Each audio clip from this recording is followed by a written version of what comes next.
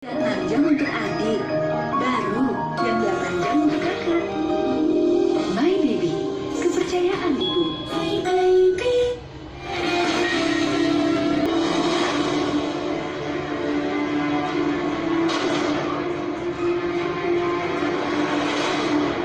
Kota Medan, tak lepas dari legenda Putri Hijau.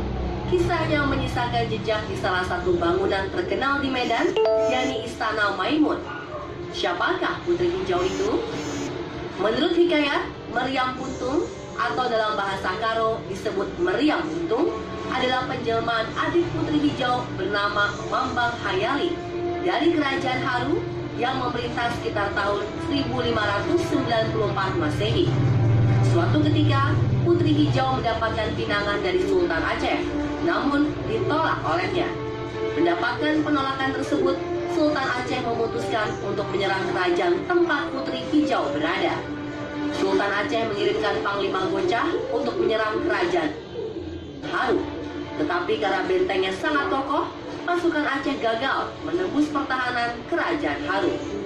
Menyadari jumlah pasukannya semakin berkurang setelah banyak yang terbunuh dalam pertempuran, Panglima-Panglima Perang Aceh memakai siasat baru. Mereka menyuruh prajuritnya menembakkan ribuan uang emas ke arah prajurit benteng yang bertahan di balik pintu gerbang. Alhasil, hujan uang emas ini membuat suasana menjadi tak terkendali.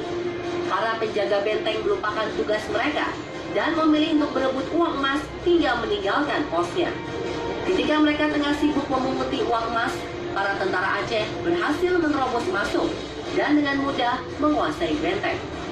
Sementara pertahanan terakhir yang dimiliki orang dalam adalah salah seorang adik Putri Hijau yang kemudian menjelma menjadi Meriam Puntung. Tetapi karena ditembakkan terus-menerus, Meriam menjadi panas, meledak, dan terbelah menjadi dua bagian. Yang ada di Istana Maimun ini hanyalah satu bagian. Bagian potongan meriam lainnya kini berada di Kampung Sukanalu, Kecamatan Barus Jahe, Tanah Karo. Meriam Puntung yang berada di sisi kanan Istana Maimun ini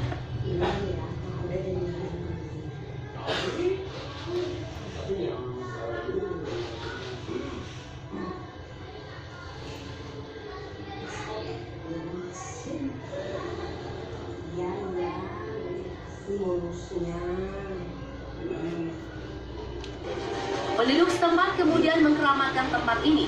Berbalutkan kelambu Melayu berwarna hijau dan kuning, di meriam ini terdapat sebuah lubang yang konon memiliki suara berbeda-beda bagi setiap orang mendengarnya. Ada yang mengaku mendengar suara orang menangis, berteriak, hingga desir ombak di pantai. Tak hanya suara, kabarnya meriam ini pernah menunjukkan keanehannya. Menurut penjaga Meriam Puntung, pada tahun 1995, sekitar pukul 2 dini hari, meriam ini berpindah tempat sekitar 2 meter dari depan pintu.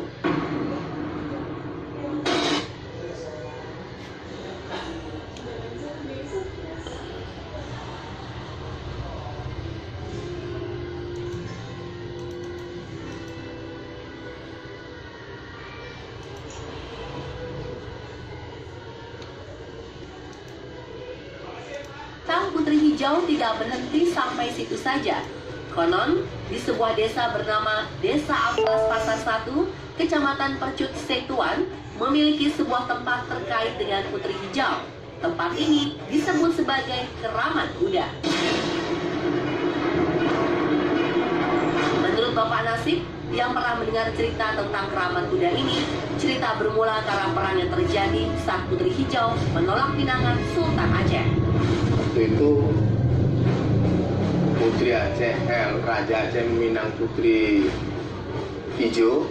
Di situ kan menjadi peperangan, nggak setuju. Jadi ya Panglima Aceh sama Panglima Denai ini tadi istilahnya sudah berkelahi lah. Sudah berkelahi sama saktinya orang itu enggak ya. Alah dua-dua saat kuda-kudanya masuk, itu timbul dua bukit itu. Jadi maka kan dipanggil orang keramat kuda karena orang yang dulu tahu masalahnya itu manuver panglimanya sama kuda-kudanya sekali flight tenggelam di situ. Tak jauh dari Keramat Kuda terdapat sebuah tempat bernama Desa Kolam.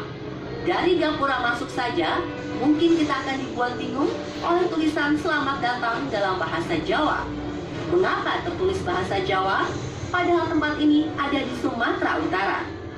Ya, rata-rata di desa ini, masyarakatnya adalah turunan Jawa yang berada di Medan. Desa Kolam juga menyimpan misteri sendiri di dalamnya, yaitu kisah Nyai Ronggeng. Tim on the spot melusuri jalan guna mencari petilasan Nyai Ronggeng. Warga Kampung Kolam kerap memperbincangkan petilasan ini. Setelah menempuh perjalanan menyusuri perkebunan-perkebunan, tim on the spot akhirnya menemukan tempat yang dipercaya sebagai petilasan Nyai Ronggeng. Di sini terlihat bunga yang masih segar, seperti baru saja didatangi oleh peziarah.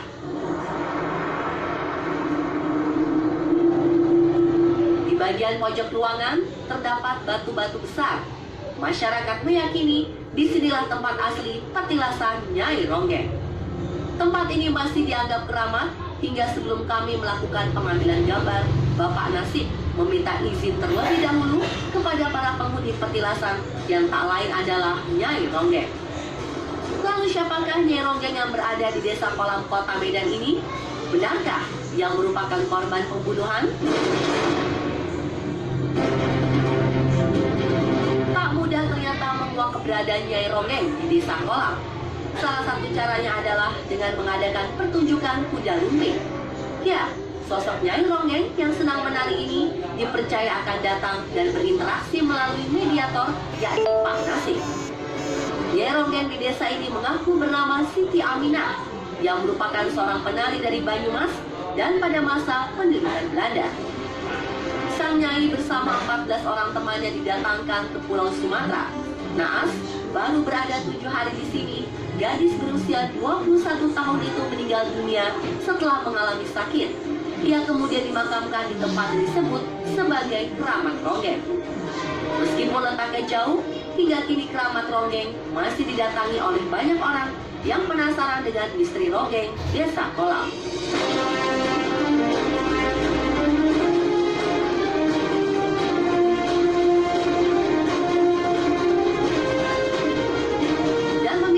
Legenda Putri Hijau dan Keramat Ronggeng di Desa Kolam, Medan, Sumatera Utara.